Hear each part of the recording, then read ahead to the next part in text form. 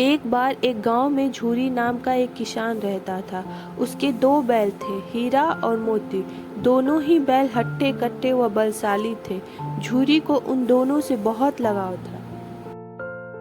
दोनों बैल भी झूरी को बहुत पसंद करते थे। हीरा और मोती का आपस में इतना लगाव था कि यदि कभी एक खाना न खाए तो दूसरा भी घास को मुंह तक नहीं लगाता था।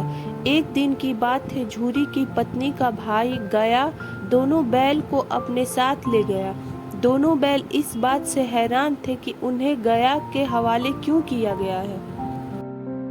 शाम होने तक दोनों नए घर व नए लोगों के बीच में थे, लेकिन उन्हें वहां सब बेगाना लग रहा था। रात को जब सभी सो रहे थे तो दोनों रस्सी तोड़कर झूरी के यहाँ भाग खड़े हुए। सुबह सवेरे ही जब झूरी ने उन्हें अपने यहाँ देखा तो दौड़कर गले से लगा लिया। ये सब देखकर झूरी की पत्नी बिल्कुल खुश नहीं थी। उसने दोनों को खूब खरी खोटी सुनाई और यह निश्चय किया कि दोनों को खाने में केवल सूखा भूसा ही मिलेगा। अगले दिन गया फिर आकर दोनों बैल को अपने साथ ले गया। पिछले कल की घटना से बेहद क्रोधित था, इसलिए उसने वहां भी दोनों को खाने के लिए सूखा भूसा ही दिया। किसी तरह रात कटी और सुबह दोनों को हल जोतने के लिए खेत में ले जाया गया। हालांकि दोनों ने जैसे एक कदम भी न उठाने की कसम खा रखी थी। दोनों की खूब पिटाई हुई। रात को खाने में फिर भूसा मिला। दोनों निराश खड़े थे कि तभी वहां एक छोटी सी लड़की आई और दोनों को एक एक रोटी खिलाकर चली गई। एक एक रोटी से दोनों का पेट तो नहीं भरा, लेकिन उनके दिल को सुकून जरूर मिल गया था। पता चला कि उस लड़की की सगी माँ के मरने के बाद वह सौतेली माँ के पास रहती थी। उसकी सौतेली माँ उसे मारती रहती थी। शायद यही वजह थी कि उसे बैलों के लिए अपनापन था।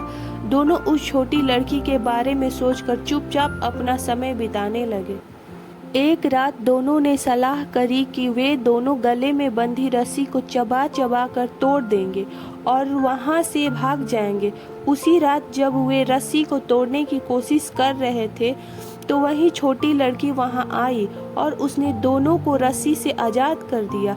दोनों ने छोटी लड़की से विदा ली और दौड़ने लगे। इतने में गया को उसकी खबर लगी और वह अपने आदमियों के साथ उन दोनों के पीछे दौड़ पड़ा। हीरा और मोती इतना तेज भागे कि उन्हें अपना घर का रास्ता भी याद न रहा।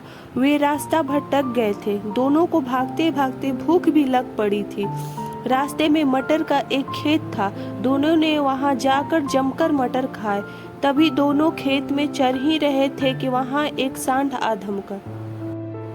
दोनों ने हिम्मत दिखाकर उसे वहां से खदेड़ दिया। इतने में मटर के खेत के सेवक हाथों में डंडा लिए आ पहुंचे।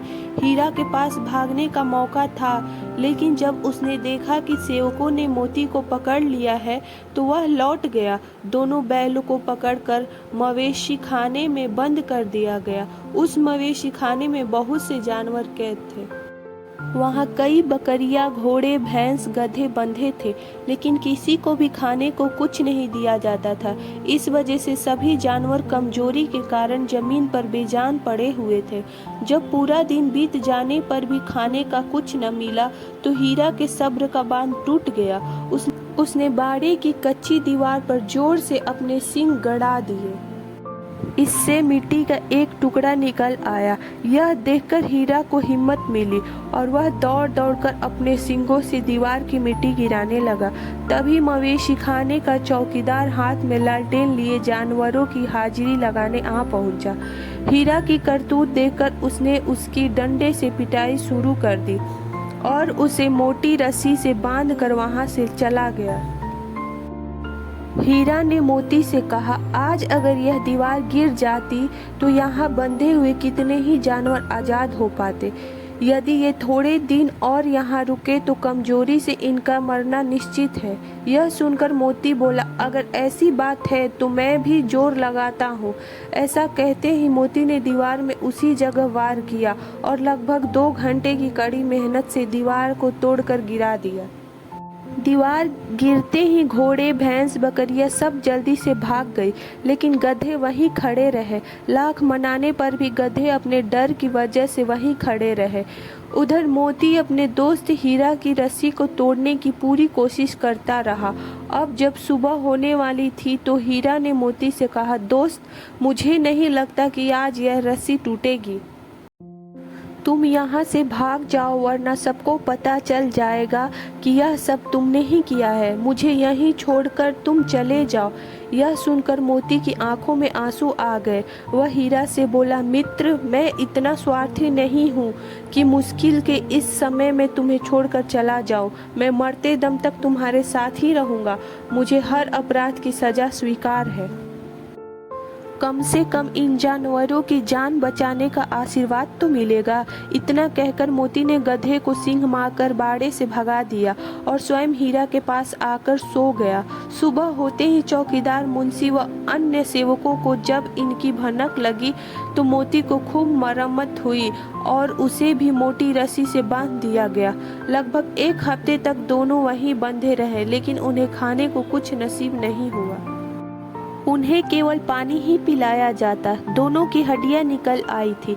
एक दिन बाड़े के सामने उनकी नीलामी शुरू हुई, लेकिन वो दोनों इतने कमजोर थे कि उन्हें खरीदने के लिए कोई तैयार नहीं था। तभी एक आदमी सामने आया और दोनों बैलों को टटोलने लगा। मुंशी से कुछ मोल भाव करने के बाद वह उन दोनों बैलों को लेकर चल पड़ा। दोनों बैलों की नीलामी हो चुकी थी। हीरा और मोती दोनों डरे हुए थे। उनसे चला भी नहीं जा रहा था, लेकिन डंडे के डर से बेचारे उस आदमी के साथ साथ चलने लगे। सहसा दोनों को महसूस हुआ कि यह वही रास्ता है जहाँ से गया उन्हें ले गया था। वही खेत, वही रास्ता और वही कुआं तो है जहाँ पर वे हल जोतने आया करते थे। अब उनकी सारी थकान दूर होने लगी और वह दोनों तेज तेज चलने लगे। जैसे ही उन्हें अपना घर और अपने बांधे जाने का जगत दिखाई दी, दोनों भागकर उस ओर चल दिए। द्वार पर झूरी बैठा हुआ था। जैसे ही उसने दोनों बैलों को देखा, उसने उन्हें गले लगा लिया। दोनों बैलों की आंखों में आंसू आ गए। तभी वह आदमी वहां बैलों के पीछे पीछे पहुंच गया और उसने दोनों बैलों की रस्सियां पकड़ ली। झूरी बोला, ये मेरे बैल हैं। आदमी ने कहा, मैंने इन्हें मवेशी खाने की नीलामी से खरीदा है।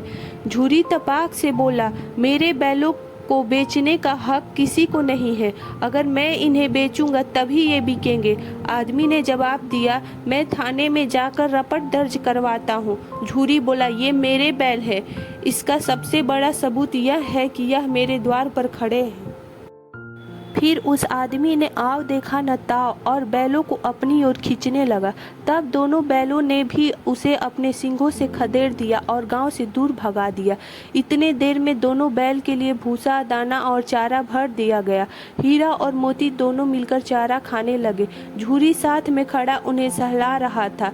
तभी झूरी की पत्नी भी अंदर से आई और उसने दोनों बैलों के माथे चूम लिए और खूब प्यार दिया। दोस्तों, इस कहानी से हमें 2 बातें सीखने को मिलती है। पहली बात यह है कि हमें अपनी स्वाधीनता के लिए अपने अंतिम समय तक संघर्ष करते रहना चाहिए। दूसरी सीख यह मिलती है कि हमारे जीवन में चाहे कितना भी मुश्किलें क्यों ना आए, लेकिन सच्चे दोस्त हमेशा साथ निभाते हैं।